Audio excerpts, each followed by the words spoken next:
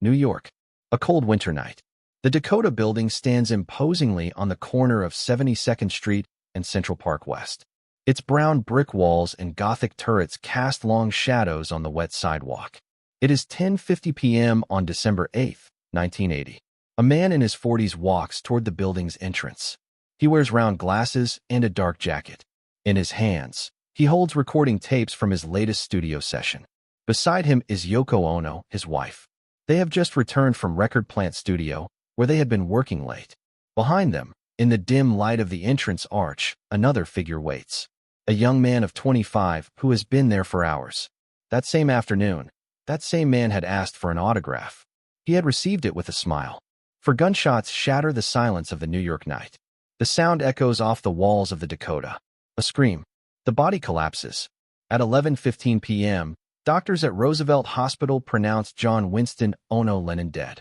The news spread like wildfire. Within minutes, thousands of people began to gather in front of the Dakota. Candles were lit. Collective mourning filled the streets. But to understand why this shot shook the foundations of the world, we must go back 4 decades. We must travel to a war-torn port city, where a restless-eyed boy would learn that abandonment hurts more than any bomb. Liverpool, England. 1940. World War II leaves deep wounds in this port city. German bombing raids have reduced entire neighborhoods to rubble. Air raid sirens are the soundtrack to the childhood of an entire generation. In this landscape of survival, John Winston Lennon was born on October 9, 1940. His name paid homage to Prime Minister Winston Churchill in the midst of the Battle of Britain. His mother, Julia Stanley, was just 26 years old. His father, Alfred Lennon, was a merchant seaman, a man who spent more time at sea than at home. The birthplace is a modest apartment in Liverpool Maternity Hospital. Outside, the war continues its destructive course. Inside, a family is already beginning to fall apart. Alfred Lennon disappears when John is just 5 years old. It's not a temporary disappearance. It's abandonment. His father chooses the sea, chooses his freedom, chooses not to be a father. John goes from his mother's arms to those of his Aunt Mimi Smith. Mimi lives in Mendips, a middle-class house at 251 Menlove Avenue, Woolton. She is a strict, conservative woman with rigid principles. She believes in education, appearances, and maintaining composure. Julia, on the other hand, is a free spirit. She laughs loudly, plays the banjo, and listens to American music that arrives on imported records. John is caught between 2 worlds, Mimi's rigidity and Julia's freedom. He lives with his aunt, but his heart remains with his mother. 1955. John is 15 years old. Julia teaches him to play the banjo, then buys him his first guitar, a cheap Gallotone Champion acoustic. The strings hurt his inexperienced fingers, but each chord is a gateway to another universe. The radio is broadcasting something new from the United States. It's not the refined music Mimi listens to on her gramophone. It's raw, wild, sexual. Elvis Presley shakes his hips and causes a scandal. Little Richard screams with an energy that seems to come from another planet. Chuck Berry makes the guitar speak a whole new language. John absorbs everything. He practices in front of the mirror. He slicks his hair back with gel, imitating American rock stars. At Liverpool Institute, he forms his first band, the Quarrymen. They play at church parties, school events, anywhere that will have them. On July 6, 1957, the Quarrymen played at the St. Peter's Church Festival in Woolton. Among the small crowd was a 15-year-old boy with a baby face and extraordinary guitar skills. His name was Paul McCartney. Paul knows all the chords John is trying to master. He can tune a guitar correctly. He knows the complete lyrics to the songs, not just fragments. That afternoon, after the concert, Paul picks up a guitar and plays Eddie Cochran's 20 Flight Rock without a single mistake. John feels 2 things simultaneously: admiration and a sense of threat. But music is more powerful than ego. Days later, he invites Paul to join the Quarrymen. It's the beginning of the most important creative partnership in rock history. July 15, 1958. Sunset in Liverpool. Julia Lennon visits her sister Mimi in Mendips, as she regularly does. John is there. They talk and laugh. Julia promises to return soon. She leaves the house. She crosses Menlove Avenue. An off-duty police officer drives his car down the same street. He doesn't see her until it's too late. The impact kills her instantly. John is 17 years old. Julia's death doesn't just leave him motherless. It condemns him to a silent guilt. He had been living with Mimi, not with her. He had accepted the distance. And now that distance is eternal. She would never speak publicly about this pain until many years later. But every song of abandonment, every lyric about loss, every cry in her rawest compositions carries the echo of that July night. Mother would express it decades later. Mother, you had me, but I never had you. Paul McCartney understands. He, too, lost his mother, Mary, to cancer when he was 14. This shared grief forges an unbreakable bond between them. They are two orphans making music to fill the void. 1960. Liverpool is teeming with bands. The Cavern Club, a damp, claustrophobic basement on Matthew Street, is the epicenter. It's where young people hungry for rhythm and rebellion gather. The Quarrymen have evolved. Now there are 3 guitarists, John, Paul, and the youngest, George Harrison, a quiet 17-year-old with magic fingers. They call themselves Johnny and the Moondogs, then the Beatles, then the Silver Beatles. They need a drummer. They find Pete Best, a handsome but musically limited young man. That's enough for now. In August 1960, they received an invitation that would change their lives. The impresario Alan Williams arranged a series of gigs for them in Hamburg, Germany. It wasn't glamorous. These were nightclubs in the St. Pauli red light district. The musicians had to play 8 hours a night, sometimes more. They slept in filthy back rooms. They used amphetamines to stay awake. Hamburg is a brutal school. You either forge yourself or you destroy yourself. The Beatles, they've already simplified their name. Play until their fingers bleed. They develop explosive stage presence. They learn to dominate drunken and hostile audiences. John, in particular, transforms into a magnetic presence on stage. He shouts, jumps, insults the audience, makes them laugh, and then hypnotizes them with his voice. In Hamburg, they meet a group of art students who photograph everything. Among them is Astrid Kircher, who falls in love with original bassist Stuart Sutcliffe. Astrid cuts their hair in the style that will become iconic, the mop top that will define their image. Stuart decides to stay in Hamburg with Astrid. Paul takes over on bass. The classic lineup is almost complete. November 9th, 1961. A neat, 33-year-old man descends the steps of the Cavern Club. He is wearing an impeccable suit and a perfectly knotted tie. His name is Brian Epstein, and he runs his family's record store, an EMS, a few blocks away. Customers have been requesting a record by a local band, the Beatles. Epstein has never heard of them, which is odd. He knows everything about music. He decides to investigate. That afternoon, the Beatles are on stage at the Cavern. John, Paul, and George are wearing leather jackets. They smoke on stage. They make vulgar jokes between songs. They are chaotic, disheveled. But when they play, something magical happens.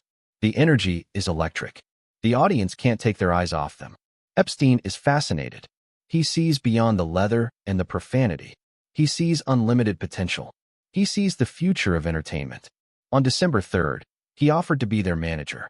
The Beatles accepted, mainly because they had no better option. Epstein imposed immediate rules: no eating, drinking, or smoking on stage. Suits instead of leather. Coordinated bows after each song. Absolute professionalism. John resists. He hates authority, but he recognizes that Epstein has connections they'd never get on their own. He accepts the deal. Epstein knocks on doors at every record label in London. They all reject the Beatles. Guitar groups are going out of fashion, they tell him. It's 1962 and the industry doesn't understand what's about to happen. January 1st, 1962. The Beatles audition for Decca Records. It's their chance. They've traveled from Liverpool on a cold winter morning. Nerves get the better of them. The performance is mediocre, lackluster. Executive Dick Rowe utters the phrase that will go down in history. Guitar groups are on their way out, Mr. Epstein. The Beatles have no future in the music business. It's devastating. But Brian Epstein isn't giving up. He keeps knocking on doors. In May, a producer named George Martin, from Parlophone Records, a minor subsidiary of EMI, agreed to give them a chance. He wasn't entirely convinced of their talent, but something about their group chemistry intrigued him. The first session at Abbey Road Studios doesn't go well. George Martin believes Pete Best isn't good enough. He suggests replacing him. John, Paul, and George have already been considering it. Pete is unceremoniously fired. Enter Richard Starkey, known as Ringo Starr, drummer for Rory Storm and the Hurricanes. He has a large nose, rings on every finger, hence his nickname, and a peculiar sense of humor. Instant chemistry. The classic lineup is complete. John, Paul, George, Ringo. On October 5, 1962, Parlophone Records released Love Me Do. It reached number 17 on the British charts. It wasn't an immediate hit, but it was a start. What no one knows is that they are months away from unleashing a phenomenon unprecedented in the history of popular culture. A phenomenon that doesn't even have a name yet. But it will soon. They'll call it Beatlemania. October 13, 1963. London Palladium. England's most prestigious theatre opens its doors for the variety show Sunday Night at the London Palladium, broadcast live to 15 million viewers. The Beatles take the stage. For boys in identical suits and haircuts that defy all convention. When the first note of From Me to You breaks the silence, something unprecedented happens. The scream. A collective, feminine, deafening scream. It's not just enthusiasm. It's hysteria. Teenage girls in the audience are crying, fainting, screaming the Beatles' names as if invoking salvation. Security guards struggle to stem the tide of humanity. Outside, the crowd has blocked Argyle Street. Hundreds of fans are waiting just to see the Beatles emerge from the building. The police have to escort them out. The next day's newspapers can't ignore it. They coin a term, Beatlemania. John Lennon observes the chaos with a mixture of amusement and bewilderment. We're just playing music, he thinks. But it's no longer just music. It's the birth of modern youth culture. It's the first generation with its own purchasing power demanding its own soundtrack, its own identity. February 1964. Pan Am Airways Flight 101 lands at JFK Airport in New York. On board are 4 nervous Britons who have conquered their country but doubt they can conquer the United States. America is different. Elvis, Little Richard, and Chuck Berry were born here. Why would they want a British version of their own music? But Brian Epstein has meticulously prepared the ground. I Want to Hold Your Hand is already number 1 on the American charts. Capitol Records, initially skeptical, has invested $50,000 in promotion. On February 7th, the Beatles prepared for their first appearance on The Ed Sullivan Show. 73 million Americans, 40% of the total population, tuned in to their television sets. It was the largest audience in the history of American television up to that point. Ed Sullivan, the veteran 72-year-old talk show host, introduces them with barely concealed skepticism. But when the Beatles play All My Loving, something shifts in the cultural atmosphere of the United States. It's not just the music. It's the attitude. They're irreverent, but charming. They have a self-deprecating sense of humor. They don't take adult conventions seriously. For millions of American teenagers trapped in the rigidity of the 1950s, the Beatles are liberation. John, with his acerbic wit, becomes the most questioning member of the group. When a journalist asks him how they find their musical themes, he replies, "We buy them at a record store." When asked about his hair, he says, "I grew up like this. There's nothing I can do about it." The United States is captivated. In April, they hold the top 5 spots on the Billboard Hot 100 simultaneously. A feat never repeated. 1964. The Beatles can't go out on the street. They can't go to a restaurant. They can't have a private conversation in public. Every moment is surrounded by shouts, cameras, crowds who want to touch them, pull out clumps of their hair. Live performances become a surreal nightmare. No one can hear the music over the screams. Even the Beatles can't hear each other. They play stadiums where the amplification technology is primitive. They pretend to play more than they actually do because, literally, no one can hear them. John is starting to hate concerts. "We could send 4 wax figures and nobody would notice the difference," he says with growing bitterness. The 1964 World Tour took them to Australia, New Zealand, Hong Kong, Denmark, and the Netherlands. In Australia, 300,000 people lined the streets of Adelaide. In Melbourne, the welcoming parade drew 500,000 people, more than had greeted Queen Elizabeth II. They are prisoners of their own success. They travel on charter planes. They stay in luxury hotels where they can never leave their rooms. When they try, they end up fleeing mobs that might crush them for love. John takes refuge in dark humor and sarcasm. But something darker is growing. Alcohol becomes a constant companion. The pills they took in Hamburg to stay awake are now necessary to cope with the madness. In the midst of the chaos, the music evolves at an astonishing speed. Each album surpasses the previous one. A Hard Day's Night, Beatles for Sale, Help. Each one shows exponential growth. The songs cease to be simple formulas of teenage love. John begins to inject emotional complexity. Help is a genuine cry for help disguised as a pop song. You've Got to Hide Your Love Away shows the influence of Bob Dylan, who has entered his circle and expanded his poetic horizons. The creative rivalry between John and Paul intensified. Paul wrote flawless melodies, structurally perfect songs. John wrote from the gut, from pain, from rage. Lennon-McCartney became the most successful songwriting partnership in history, although they composed less and less together and more in parallel. George Harrison is also claiming his space. If I Needed Someone and other compositions prove that he's not just the silent guitarist. He has his own voice. March 4, 1966. John gives an interview to journalist Maureen Cleave of the London Evening Standard. They talk for hours. John, tired of answering trivial questions, finally opens up. He talks about religion, society, and fame. Christianity will disappear, he says. It will vanish and shrink. I don't need to argue that. I'm right, and it will be proven that I'm right. We're more popular than Jesus now. I don't know which will go first, rock and roll or Christianity. In England, the statement caused little stir. The British understood the context, the social commentary on the decline in church attendance. But 5 months later, the American magazine Datebook republished the comments. The deeply religious United States erupted. Radio stations organized public burnings of Beatles records. The Ku Klux Klan held demonstrations. Religious groups demanded a total boycott. Brian Epstein is terrified. The American tour scheduled for August could be canceled. Worse still, he fears for the Beatles' physical safety. John had to apologize. At a press conference in Chicago on August 11th, visibly uncomfortable, he tried to explain. If I had said that television is more popular than Jesus, I might have gotten away with it. I wasn't saying that we are better or bigger. I was just stating a fact. The apology calms the waters, but leaves a scar. John hates having given in. He hates feeling censored.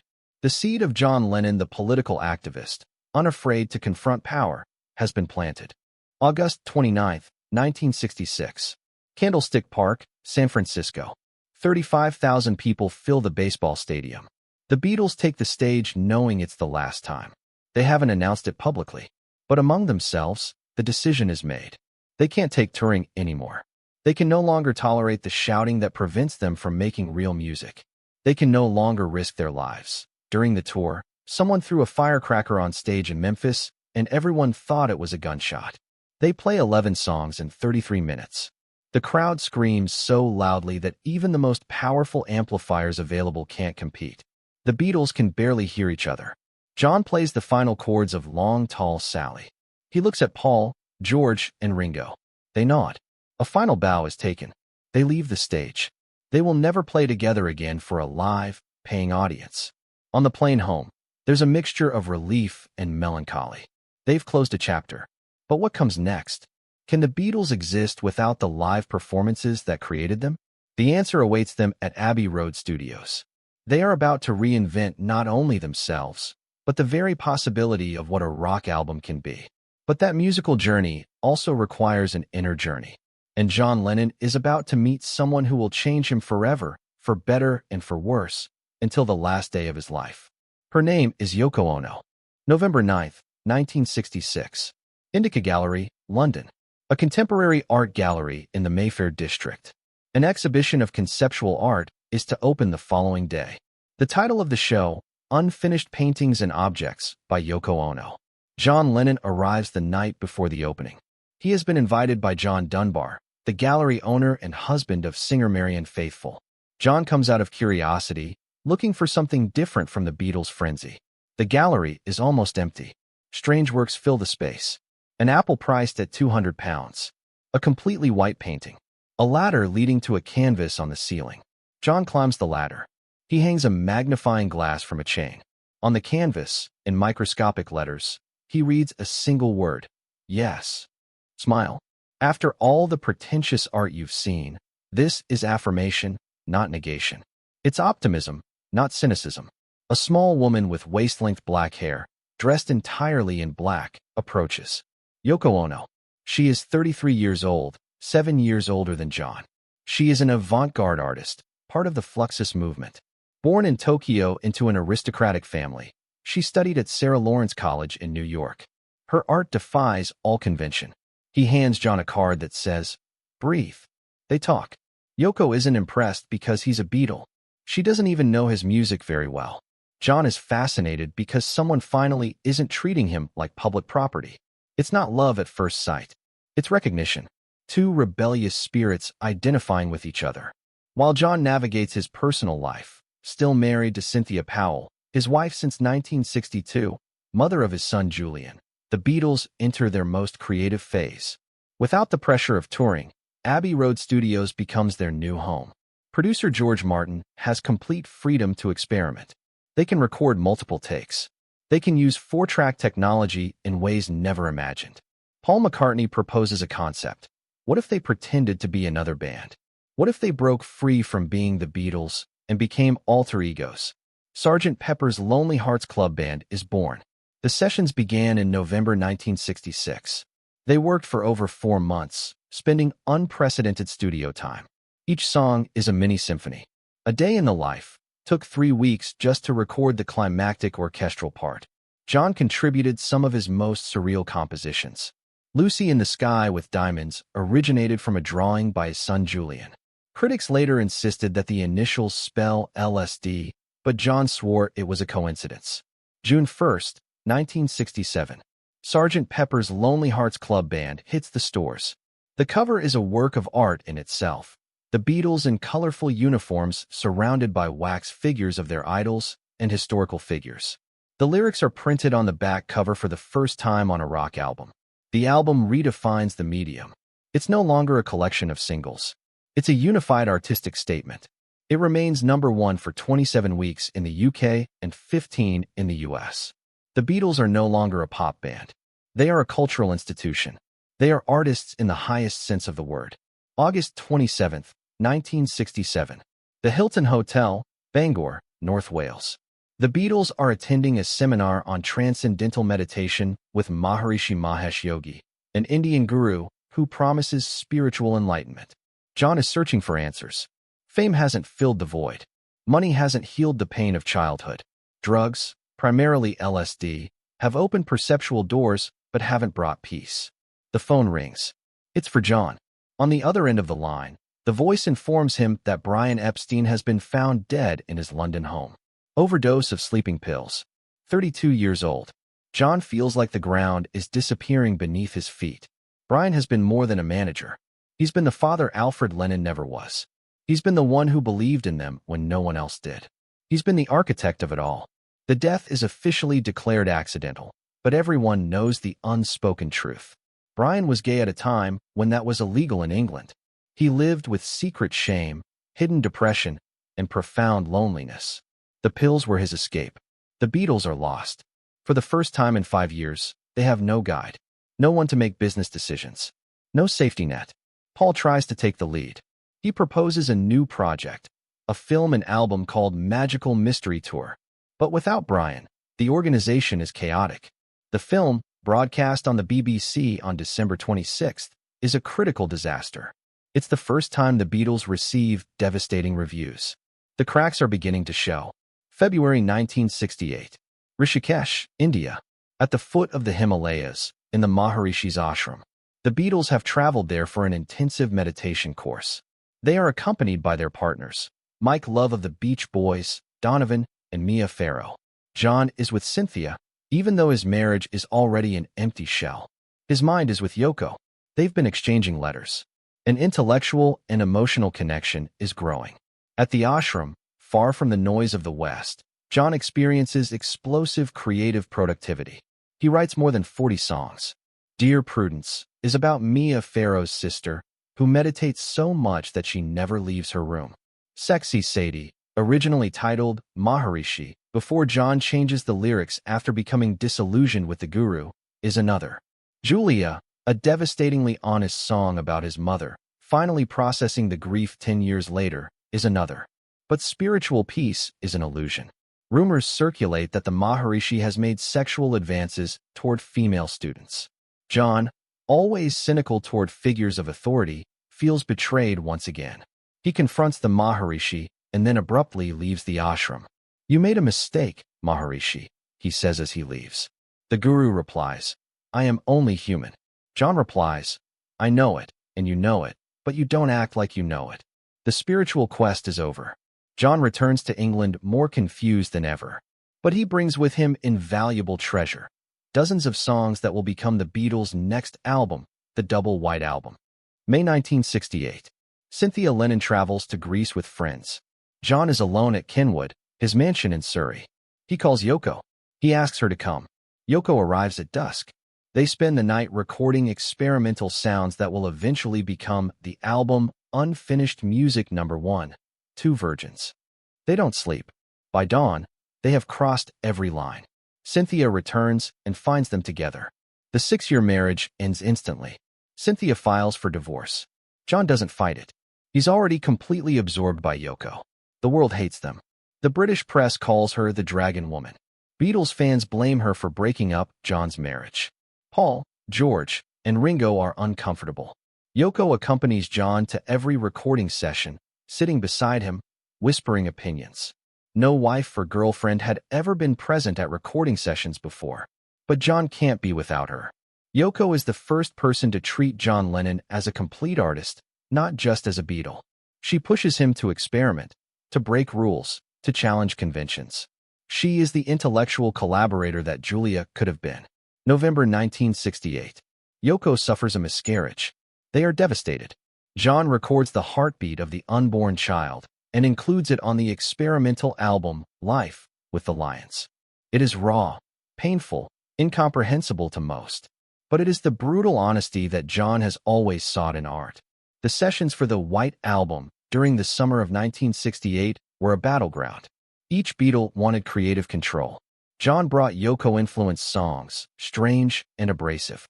Paul brought perfect traditional melodies. George, now a serious student of Indian music, brought sophisticated compositions that his bandmates ignored. Fed up with the tension, Ringo leaves the band for 2 weeks in August. The others don't even try to convince him to return immediately. George Martin, the producer who has guided them from the beginning, is losing control. The sessions are chaotic. John and Paul no longer collaborate. They compete. Each records their own songs with minimal input from the other. The result is 30 songs on a double album. It's brilliant but fractured.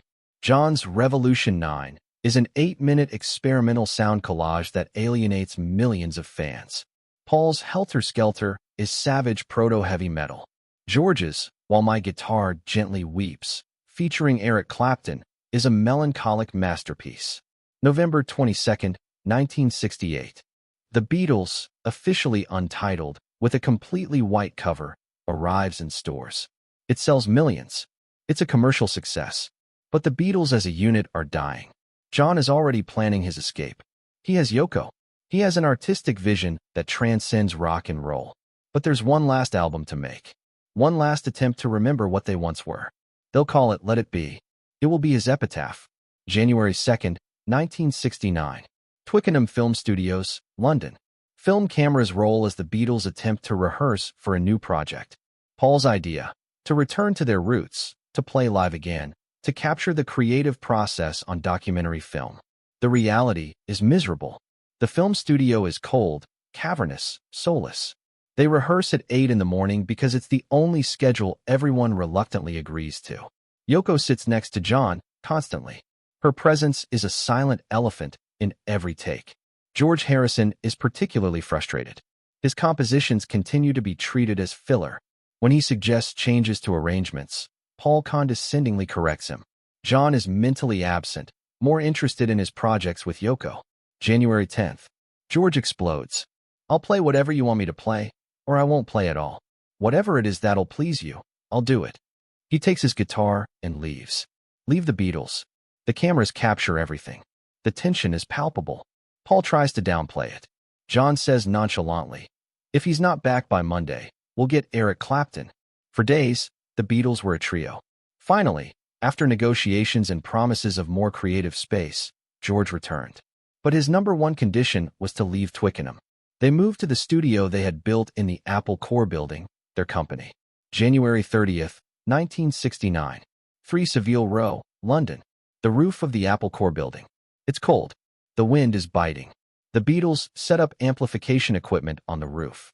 They decided to give a surprise, unannounced concert. At noon, they began to play. Get Back opens the set. The sound reverberates through the streets of London. Office workers lean out of their windows. Passers-by stop, confused. Is it really the Beatles? The police receive noise complaints. They arrive at the building but don't stop the concert immediately. The situation is surreal. John plays with an intensity he hasn't shown in years. For 42 minutes, they are a band again. There are no screams of fans drowning out the music. Just 4 musicians playing for whoever wants to listen. It ends with Get Back. John, with characteristic humor, says into the microphone, "I'd like to say thank you on behalf of the group and ourselves, and I hope we pass the audition." This is the Beatles' last public concert. Nobody knows it yet, but these are the last images of them playing together. February 1969. The Get Back sessions have produced hours of recordings, but the material is disorganized and raw. They decide to archive it temporarily. Paul proposes one last album. A proper album, well-produced, worthy of his legacy. George Martin agrees to produce it only if they behave as they did in the old days, arriving on time, working professionally, trusting his judgment. July and August. Abbey Road Studios. There's a tense truce. John contributes songs like Come Together and I Want You, She's So Heavy. Paul creates a medley suite for the B-side that seamlessly blends song fragments. George finally gets space for 2 of his best compositions, Something and Here Comes the Sun. Something is a revelation. Frank Sinatra will call it the best love song written in 50 years. George has surpassed his masters. August 8th, photographer Ian McMillan takes pictures outside Abbey Road Studios. The 4 Beatles cross the pedestrian crossing. John in white, Ringo in black, Paul barefoot, George in denim. The session lasts 10 minutes. One of those photos will become the most iconic album cover in history. August 20th, John, Paul, and George record the final vocal harmonies for I Want You. It's the last time the 3 of them sing together. There's no ceremony, no acknowledgement of the moment. They just finish and go home.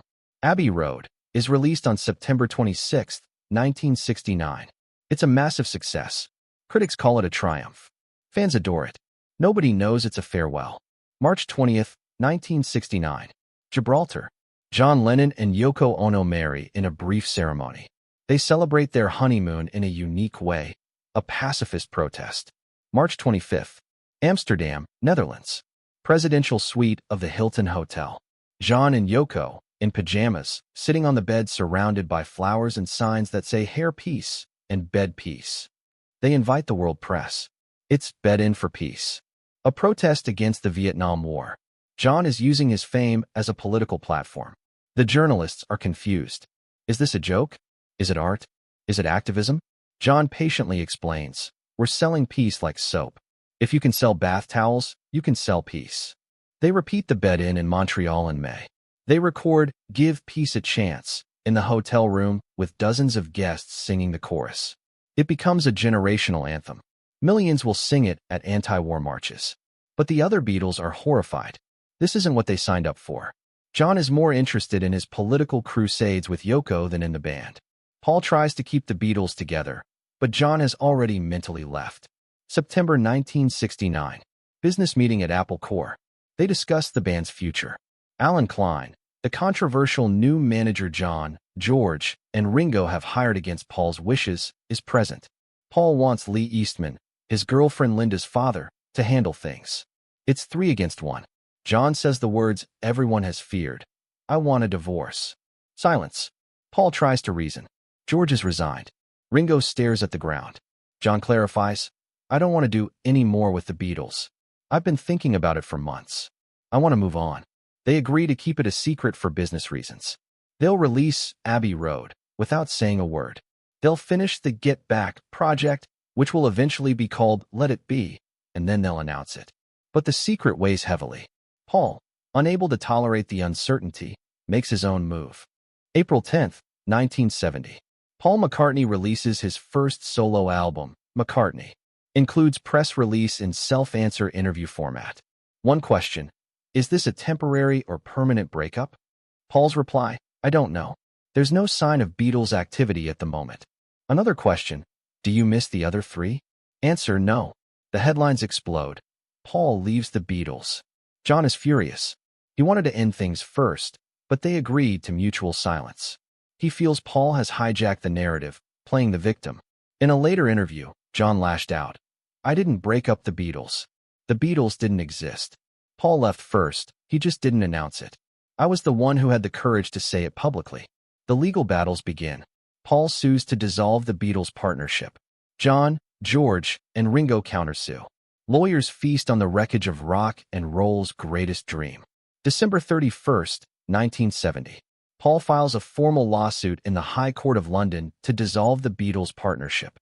He cites irreconcilable commercial differences. The band that changed the world ends not with a bang, but with legal documents. It ends with bitter accusations between brothers who were once inseparable. It ends with millions of fans mourning the death of innocence. The Beatles are over. But John Lennon is just getting started. April 1970. Los Angeles, California. John and Yoko arrive at the home of Dr. Arthur Janov, creator of Primal Therapy. It is a radical psychological treatment that promises to cure childhood traumas by reliving the original pain. John desperately needs this. Decades of buried pain, his father's abandonment, his mother's death, the fame that consumed him. It all festers inside, creating depression, anger, addiction. The sessions are brutal. Janov makes him scream, cry, confront every wound. John relives the moment Julia died. He relives the feeling of abandonment when Alfred left. He screams until his voice breaks. From this pain emerged an album that would define him as a solo artist. John Lennon/Plastic Ono Band. September 1970. Abbey Road Studios, ironically. John records his first proper solo album. Phil Spector produces. The instrumentation is minimalist. John on guitar and vocals, Klaus Voormann on bass, Ringo on drums. Mother opens the album with mournful church bells. John sings, Mother, you had me, but I never had you. Father, you left me, but I never left you. He ends by screaming, Mama, don't go, Daddy, come home, over and over again until his voice disintegrates into pure pain. Working Class Hero is an indictment of the system that turns people into cogs in the machine. God is a devastating declaration where John rejects everything. I don't believe in magic. I don't believe in the Bible. I don't believe in Jesus. I don't believe in the Beatles. He declares, the dream is over. Love closes the album with disarming simplicity. Love is real. Real is love. December 11th, 1970. The album is released. Critics are divided. Some call it a masterpiece of honesty. Others find it self-indulgent, depressing. But no one can deny his power. John has stripped away every layer of protection, every Beatle mask, every pretense. This is raw, bleeding John Lennon. Spring of 1971. Tittenhurst Park, John and Yoko's Georgian mansion in Ascot, England. They have converted one of the buildings into a recording studio. John is working on his second solo album. One morning, John sits down at the white piano in his home studio. Yoko has shown him Grapefruit's book of poems. In one, she writes about imagining heaven. John takes the idea and expands upon it. Imagine there's no heaven, no countries, no religion, nothing to kill or die for, a brotherhood of man. The melody is simple, almost childlike. The lyrics are revolutionary. It's a utopian vision of a world without divisions, without dogmas, without possessions. Ironically, written by a millionaire in his mansion. September 11th, 1971. The album Imagine is released. The title track becomes the most iconic song of John's solo career. It will eventually be considered one of the greatest songs of the 20th century. But there's also controversy. How Do You Sleep is a venomous attack on Paul McCartney. Those freaks were right when they said you were dead, John sings, referencing the conspiracy theory that Paul died in 1966. It's cruel, unnecessary, an open wound. George Harrison plays guitar on the song. It's his way of taking sides in the Beatles' civil war. August 1971. John and Yoko moved to New York, first to the St. Regis Hotel, then to an apartment in Greenwich Village, eventually to the Dakota building on the Upper West Side. New York is liberation. In London, John is a fugitive Beatle. Here, he's just another artist in the most artistic city in the world. He can walk the streets with relative normalcy. He immerses himself in the radical political scene. He meets Jerry Rubin and Abby Hoffman, activists in the Yippie movement. He participates in demonstrations against the Vietnam War. The FBI begins to monitor him. J. Edgar Hoover personally orders surveillance. December 1971. John gives a benefit concert, Free John Sinclair, for the imprisoned marijuana activist. He sings in front of 15,000 people in Michigan. 3 days later, Sinclair is released. John discovers that his voice can change real things, not just sell records. 1972. John is completely immersed in activism. Every song has a political message. He records an album with Yoko that is basically a musical pamphlet. Sometime in New York City contains songs about Angela Davis, Attica Prison, the Northern Ireland conflict, and women's rights. The songs are direct to the point of being obvious. Subtlety is gone. June 12, 1972. The album is released. It's a commercial and critical disaster. Fans who loved Imagine are confused. The music sounds rushed, the lyrics like slogans. It's preaching, not art. Sales are so poor that it hasn't even reached the top 20 in the United States. For someone who sold millions as a Beatles, it's humiliating. But John has no regrets. "I'd rather be crucified for telling the truth than be worshipped for lying," he says in an interview. March 1972. The Nixon administration begins deportation proceedings against John. Officially, it's because he was convicted of cannabis possession in England in 1968. Unofficially, it's because Nixon fears John will mobilize young voters against his re-election. A legal battle begins that will last for years. John must report to immigration authorities periodically. He lives under the constant threat of being deported from the country he now considers home. Paranoia grows. The phone makes strange clicks. Unmarked cars follow John. FBI documents, revealed years later through the Freedom of Information Act, confirm extensive surveillance. John feels persecuted. It's not paranoia when you're actually being watched. The pressure of the deportation case, combined with the failure of Sometime in New York City and growing tensions with Yoko, push John towards the abyss. He is about to enter the darkest and most self-destructive period of his life, a period he himself will call the Lost Weekend. It will last 18 months. October 1973. The apartment in the Dakota. The relationship between John and Yoko is at a critical point. 10 years of constant intensity, of being inseparable, of existing as a symbiotic unit, has taken its toll. They fight constantly. About his music career. About his activism. About jealousy and possessiveness. John drinks too much. Yoko is tired of being his emotional mother. One night, Yoko makes an extraordinary decision. She tells John they need time apart. And she suggests something even more extraordinary, that he go to Los Angeles with May Pang, her young personal assistant. May is 23 years old. She is efficient, loyal, and quiet. Yoko has specifically chosen her. She prefers to control who John is with during the separation. John, confused and hurt, agrees. He leaves for Los Angeles with May. What Yoko calls a weekend will turn into 18 months of self-destructive chaos. Los Angeles, late 1973. John rents a beach house with May. What begins as an escape spirals into a downward spiral. He surrounds himself with drinking buddies. Ringo is there, also drinking heavily during his own divorce. Harry Nilsson, a talented singer with a worse drinking problem than John's, becomes a constant companion. Keith Moon, the wild drummer of The Who, completes the circle of destruction. The nights are blurry. Bars, parties, cocaine, whiskey, increasingly erratic behavior. At the Troubadour Club, John interrupts the Smothers Brothers show by shouting obscenities. He is ejected. A waitress sues him after John shoves her. On another occasion, he attacked a photographer. The image is emblematic. John Lennon, the pacifist who sang "Give Peace a Chance," using physical violence. May tries to control him, but it's impossible. John is in freefall, trying to destroy himself. In the midst of self-destruction, John records. He always records. It's his way of processing, of surviving. Summer of 1974. The album Walls and Bridges takes shape. Unlike Sometime in New York City, this isn't politics.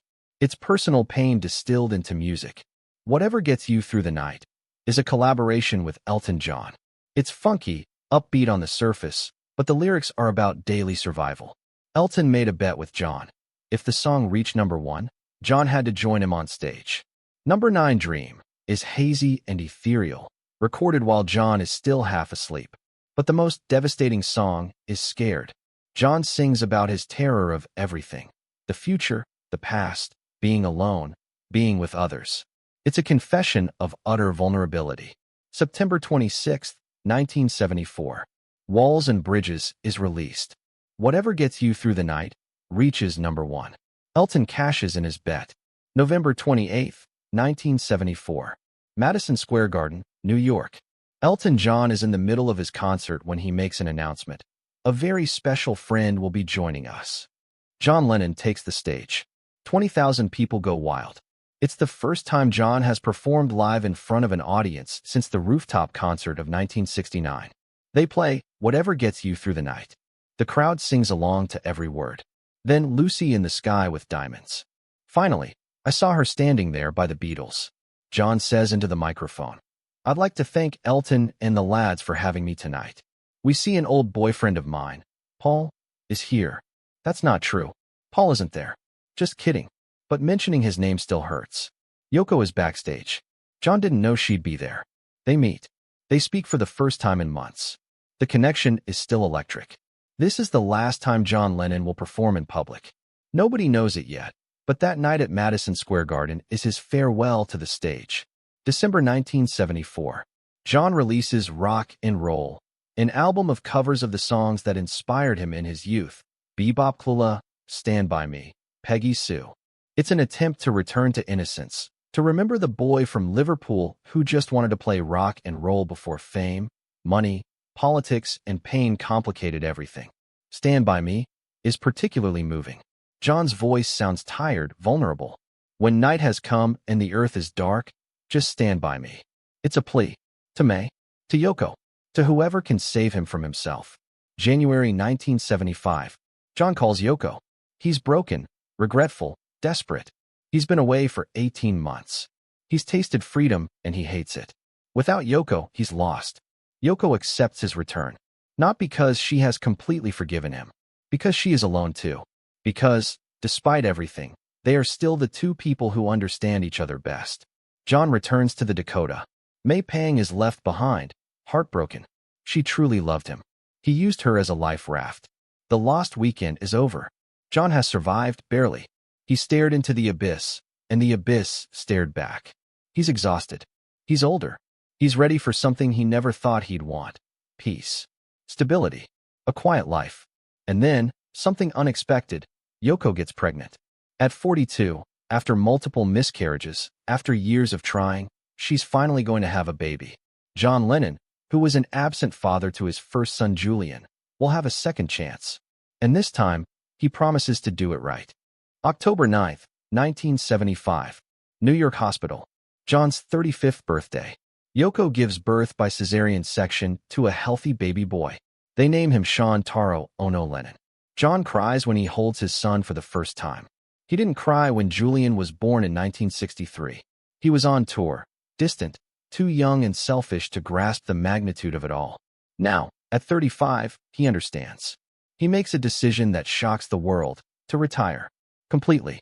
No more music. No more recordings. No more interviews. He's going to be a full-time father.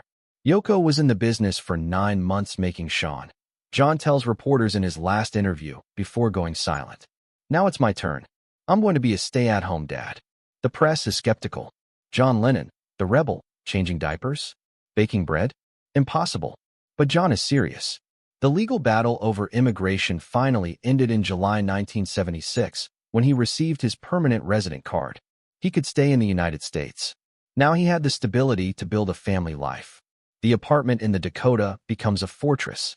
John and Yoko occupy several combined apartments on the 7th floor. The rooms are filled with Egyptian antiques, contemporary art, and grand pianos. John's routine is radically normal. He wakes up with Sean. He makes him breakfast. They spend hours playing. John reads children's stories, builds towers of blocks, teaches Sean to swim in the building's pool. Yoko manages the business, real estate investments, the music catalog, the financial decisions. It's a conscious agreement. She's the businessman, he's the homemaker. John cooks. He learns to bake bread. His wholemeal bread recipe becomes a source of personal pride. He experiments with vegetarian recipes. He's meticulous, almost obsessive. The same perfectionism he applied to music is now directed toward food. Friends who visit him find John transformed. He's calmer. His anger has subsided. His alcohol is under control. His cocaine use is behind him.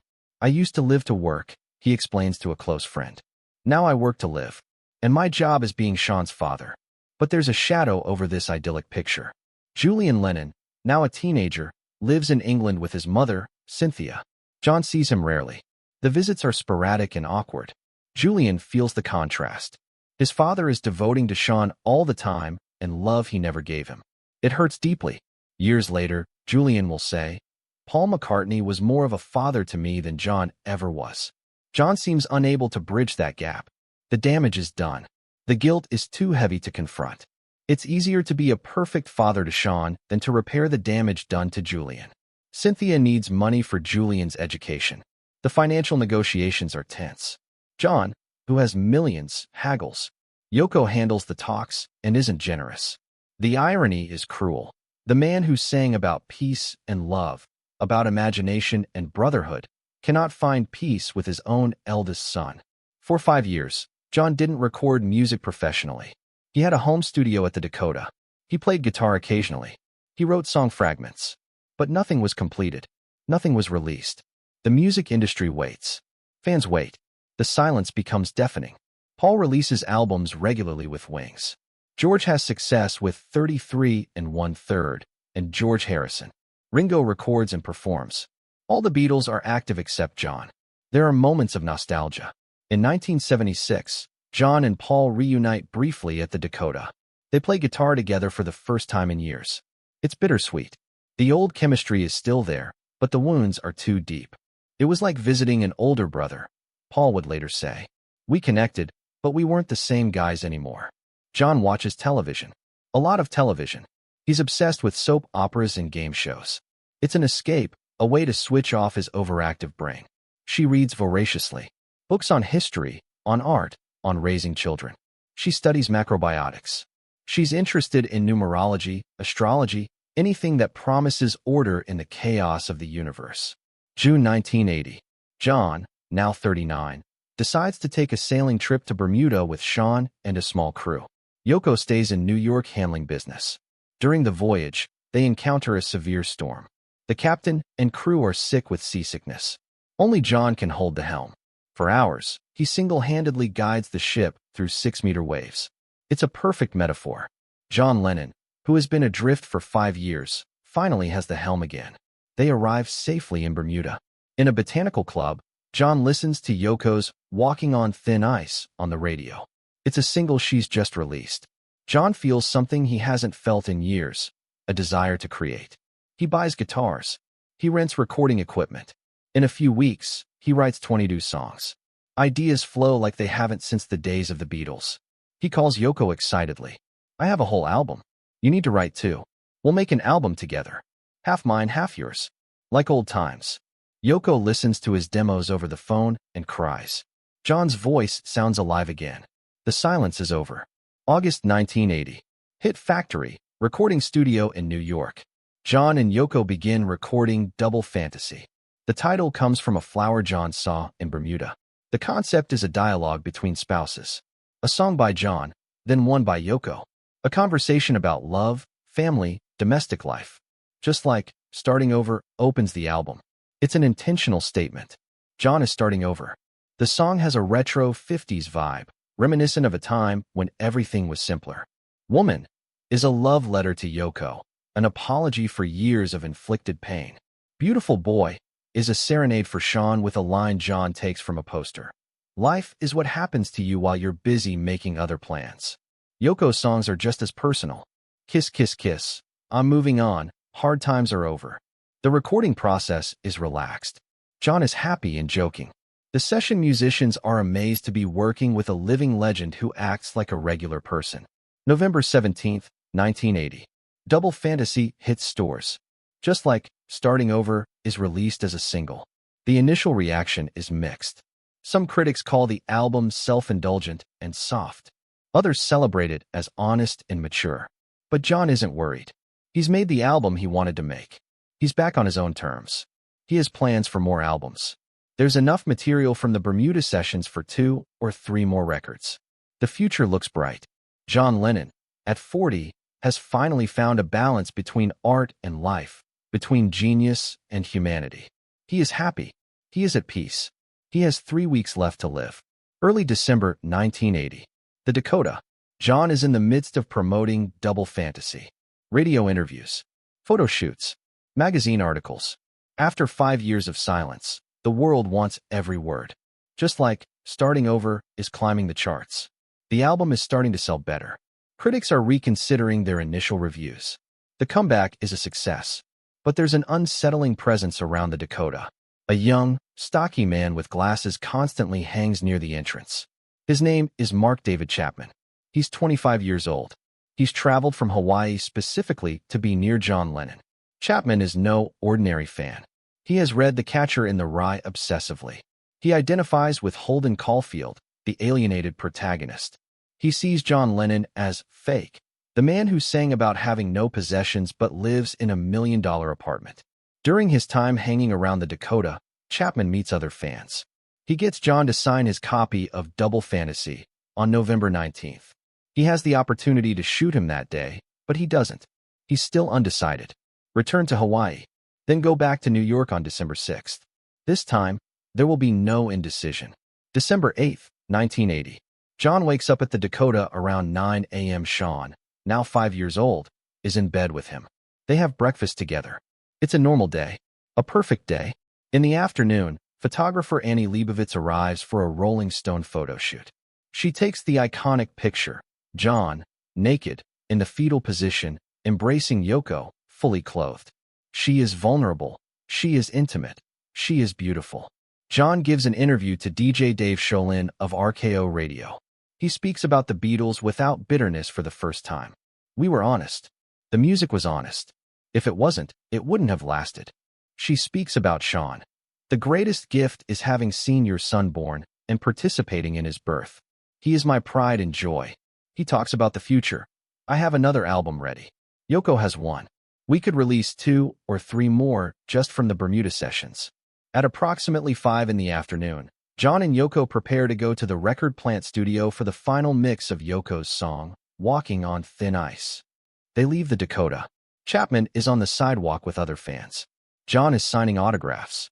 He signs Chapman's copy of Double Fantasy. Photographer Paul Gorish captures the moment. John and Yoko get into the limousine and head to the studio. Chapman waits. He has a Charter Arms .38 caliber revolver in his pocket, loaded with 5 hollow point bullets. Record plant studio. John and Yoko are working on Walking on Thin Ice. John is excited about the song. He believes it will be Yoko's first #1 hit. This is going to sell. You'll finally have your #1 single, he tells her. It's Monday night. New York is cold, but not unusually so for December. The city is buzzing with Christmas energy. Rockefeller Center's tree is lit up. The shops are decorated. John decides not to eat out. He wants to go home. He wants to see Sean before he goes to sleep. Around 10:30 p.m., John and Yoko finished the session. The mix of Walking on Thin Ice was complete. John held the master tape. They were happy with the result. They get into the limousine.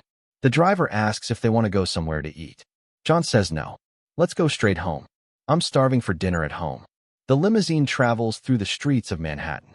John and Yoko discuss future plans. Perhaps a small tour. Intimate performances. No more giant stadiums. The vehicle arrives at the Dakota at 10:50 at night. John and Yoko get out of the limousine. The Dakota's doorman isn't at his usual post. He's gone down to the basement. The entrance is less guarded than usual. They cross the sidewalk toward the building's entrance arch. Yoko goes first. John follows, holding the tapes from the session. Chapman emerges from the shadows. He says nothing. He adopts the combat stance he practiced. He holds the revolver with both hands. Shoot. The first bullet pierces John's back, puncturing his left lung. The second one goes through his back and comes out through his chest.